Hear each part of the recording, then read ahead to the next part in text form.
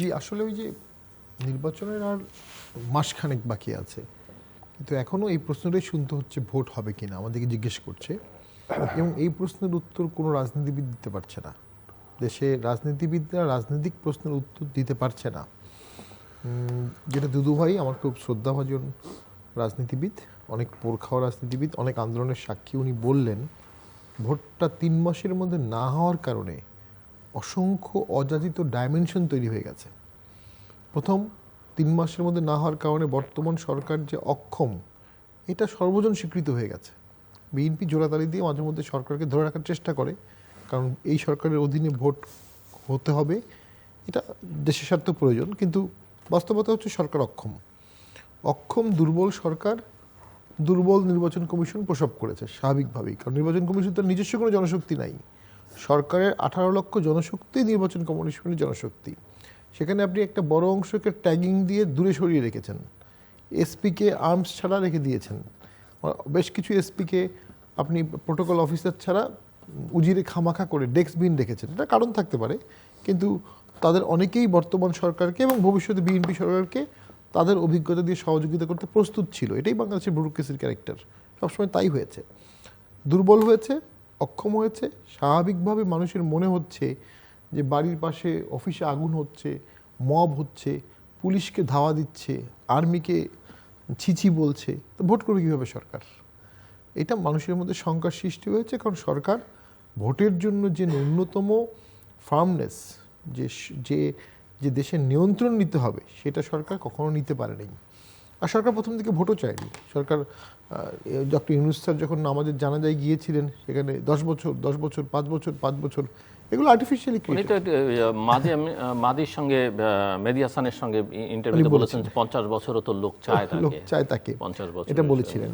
আরেকটা কথা উনি বলেছিলেন যে নেক্সট গভর্নমেন্ট না, ও যখন মেহেদী সাহেব তাকে বললেন তাহলে ফেব্রুয়ারির পরে আপনি আর থাকবেন না, বলছে until next government take over. তো এটার মধ্যে কিন্তু একটা ভেগনেস আছে। তো সেইখানে একটা পরিবর্তন হলো 25 তারিখে জনাব তারেক জিয়ার চলে আসা। জনাব তারেক জিয়া কেন 15 মাস পরে আসলেন, এই প্রশ্নের উত্তর আমি কখনোই পেলাম না। যেখানে শেখ হাসিনার পতন হয়েছে, পালিয়ে গেছে শেখ হাসিনা, 5ই আগস্ট পালিয়ে গেছে। শেষে আসার কয়েকদিন আগে একটা ফেসবুকে স্ট্যাটাস দিয়েছিলেন যে এটা ওনার উপরে নির্ভর করে না, সেটা প্রকাশও উনি করতে পারছেন না। ওনার ভয়টা কি, তখন মনে হয়েছিল যে ওনার বোধহয় আসাটা আরো বিলম্বিত হবে, কিন্তু খুব অল্প সময়ের মধ্যেই এসেছে। অর্থাৎ ওই যে বললাম 15 মাসে অনেক ডাইমেনশন দাঁড়িয়ে গেছে। তার মধ্যে একটা জেনুইন আশঙ্কা হচ্ছে ইসলামিক মিলিটেন্সির। বাংলাদেশ 16 কোটি 18 কোটি লোকের নিরীহ মুসলমানের, আলাভোলা মুসলমানের দেশ। প্রচুর দরিদ্র লোক আছে, প্রচুর জবলেস লোক আছে। এখানে ইসলামিক কিছু করা খুব সহজ, ইসলামিক সুইসাইড বোম্বার করা খুব সহজ। এবং মোটামুটি গণতান্ত্রিক দল হিসাবেই জামাত বা শিবির ক্লাস 5 থেকে একটা পাইপলাইন তৈরি করেছে, সেটা সুফল তারা পাচ্ছে। সবচেয়ে খারাপ ডাইমেনশন যেটা হয়, খারাপ বলতে এটাকে আমি খারাপ বলছি এই কারণে, বিএনপি বা ছাত্রদল কখনোই প্রস্তুত না, কিন্তু প্রায় সবগুলো ছাত্র সংসদের ভোট হয়ে গেল এবং সবগুলোতে শিবিরের ব্যাপক ব্যাপক সাফল্য আসছে। যেটার পিছনে অনেক যৌক্তিক কারণ আছে। ওই যে বললাম ক্লাস 5 থেকে তারা চর্চা করেছে। প্রবলেম হবে কি, সামনের সরকার যখন যদি বিএনপি হয়, বিএনপি যখনই এমন কোনো আইন করবে বা এমন কোনো পদক্ষেপ নেবে যেটা জামাত শিবির ডিস্টার্বড হবে, বাইতুল মোকাররম থেকে সমস্ত শিক্ষা প্রতিষ্ঠান সব মিলে ঢাকা শহর অচল হয়ে যাবে। বিএনপি শান্তিতে দেশ চালাতে পারবে না, তাকে ইসলামিক শক্তির সাথে কম্প্রোমাইজ করতে হবে। যদি পার্লামেন্টে এই দুটোর বাইরে থার্ড কোনো ফোর্স, ভালো সংখ্যক এমপি না থাকে, ব্যালেন্সের জন্য দরকার। দ্বিতীয় হচ্ছে জনাব তারেক জি একদিকে প্রচণ্ড ভাগ্যবান, এই সমস্ত সমাধানের কেন্দ্রবিন্দু কিন্তু এখন উনি। একদিকে ওনাকে দিয়ে আলট্রা টেরোরিজম কন্টেইন করা যেতে পারে, ওনাকে দিয়েই ইউনিভার্সাল ফরেন রিলেশনশিপটা ডেভেলপ করা যেতে পারে, ওনাকে দিয়েই ডেমোক্রেটিক আর সেমি ডেমোক্রেটিক ট্রানজিশন হতে পারে। আবার এই সন্ধিক্ষণে উনি এমন একটা ভোটের দিকে যাচ্ছেন যেটা তার কোনো রোল না থাকলেও ফ্যাবুলাস ইলেকশন হবে না। এবং আমি সবসময় একটা এবং ইলেকশনের যে মানে এটা যদি কালিমা যুক্ত ইলেকশন না হয় বা এটার ভাবমূর্তি যদি এটা নেগেটিভ হয়, সেই নেগেটিভ ভাবমূর্তিটাও ওনার উপরে ওনাকে ক্যারি করতে হবে without any fault on his part. যেমন আওয়ামী লীগ ভোটে থাকলেও 3 মাস আগে বিপুল ভোটে বিএনপি জয়লাভ করতো। আওয়ামী লীগ ভোটে ভোট পেত, বাট আসন পেত খুব কম। তাহলে আওয়ামী লীগকে ভোট থেকে সরিয়ে দিয়ে কিন্তু বিএনপি কোনো লাভ নেই। কিন্তু বিএনপি মানে অনেক বিশ্লেষক মনে করেন যে আওয়ামী লীগ ভোটে থাকলে এখন বিএনপি যা বরঞ্চ সিট ভালো পাবে হতো। তার চাইতে আরো বেশি পেত। তখন পেত জামাত এবং তখন জামাত বিএনপির বশ্যতা স্বীকার করত, সমস্ত অ্যান্টি আওয়ামী লীগ দল বিএনপির অধীনে থাকতো, একটা সুন্দর রাজনৈতিক পরিষ্কার চিত্র পাওয়া যেত। আমার ব্যক্তিগত অভিমত 8-10 বছর পরে কোনো এক সময় বিএনপি এবং জামাত দুজনই মনে উপলব্ধি করবে যে ব্যান করাটা হয়তো বা ঠিক হয়, যাক সেটি ডিফারেন্ট কনটেক্সট, কারণ এই ব্যান করার কারণে অনেক ডাইমেনশন তৈরি হয়েছে, যেটা আমি বললাম ডাইমেনশন তৈরি হয়ে গেছে। এখন সামনের বাংলাদেশে একটা ভোট প্রয়োজন, কারণ ওই যে বললাম এই সরকার আর দেশ চালাতে পারবে না এবং অসংখ্য দেশ এই সরকারের সাথে আর সম্পর্ক রাখতে ইচ্ছুক না। এই সরকার অনেকের জন্যই পলিটিক্যাল বার্ডেনও হয়ে যাচ্ছে। একটা ট্রানজিশন প্রয়োজন। আপনি ডেমোক্রেসিতে ভোট ছাড়া আর যে ট্রানজিশনগুলো আছে সেগুলো আমরা এখনও মানতে চাচ্ছি না। একটা খোলামেলায় বলি সেনাবাহিনীর ট্রানজিশন হতে পারে, কিন্তু সেনাবাহিনীর আমার মনে হয় টেক ওভারে কোনো আগ্রহ নাই, কারণ প্রচণ্ড খারাপ পরিস্থিতিতেও তারা ধৈর্য ধারণ করেছে, টেক ওভার করেনি। অমর্ত্য সেন নিজেও সেটা তাদেরকে প্রশংসা করেছে, তাদের জামা ধরে টান দেওয়া হয়েছে, তাদেরকে ভুয়া বলা হয়েছে, কিন্তু তারা কিন্তু ধৈর্য ধারণ করেছে। সেনাবাহিনীও একটা ডেমোক্রেটিক ট্রানজিশন চাই, কারণ কি সামনে সিদ্ধান্তগুলোর একটা পলিটিক্যাল লায়াবিলিটি লাগবে। তো সেই পলিটিক্যাল লায়াবিলিটির জন্য একটা পলিটিক্যাল ইলেক্টেড গভর্নমেন্ট রাখবে, যার নির্দেশে পুলিশ প্রশাসন সেনাবাহিনী চলবে। দে ক্যান ডিশোল্ডারিং দ্য রেসপন্সিবিলিটি, যেটা আমার সিদ্ধান্ত না, আমি এক্সিকিউট করছি। তো ওইটা এই মুহূর্তে মিসিং। তো সেজন্য আমি মনে করি একটা ভোট হওয়ার সম্ভাবনা বেশি, কারণ ভোটের ছাড়া তো অন্য কোনো সমাধান দেখছি না।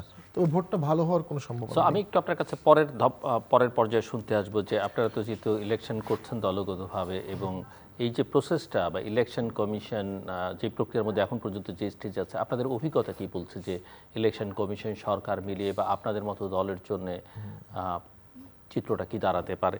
মিস্টার শামসুজ্জামান দুদু, আপনি ওনার বক্তব্য শুনছিলেন, উনি ফরেন রিলেশনসের প্রসঙ্গ টেনেছেন, উনি আওয়ামী লীগের প্রসঙ্গ টেনেছেন, ছাত্র সংসদগুলোর নির্বাচন, 5টা বিশ্ববিদ্যালয়ে পাবলিক ইউনিভার্সিটির ইলেকশন হলো, প্রত্যেকটাতেই একচেটিয়া বিজয় জামাত সমর্থিত ছাত্র সংগঠন ইসলামী ছাত্র শিবিরের, এবং সেখানে আপনারা কোথাও কোথাও অ্যালায়েন্স করেও সুবিধা করতে পারেননি। সো সব মিলিয়ে একটু আপনার কাছে শুনতে চাই।